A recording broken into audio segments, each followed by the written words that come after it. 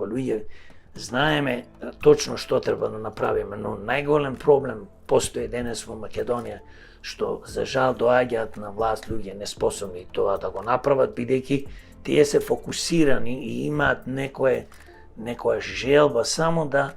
украдат, да дојдат до лесни пари, да се збогатат, нивните фамилии најблиски да живеат тој раскошен расипнички живот, а за граѓаните, народот, земјоделците, пензионерите и другите луѓе не им е гајле. Бидејќи видите, кога ќе инвестирате секоја година наредни 10 години, тоа се 20 милиарди евра во капитални проекти, зборувам фабрики, производствени погони, електрани, бидејќи ние не можеме да одиме напред ако увезуваме астрономска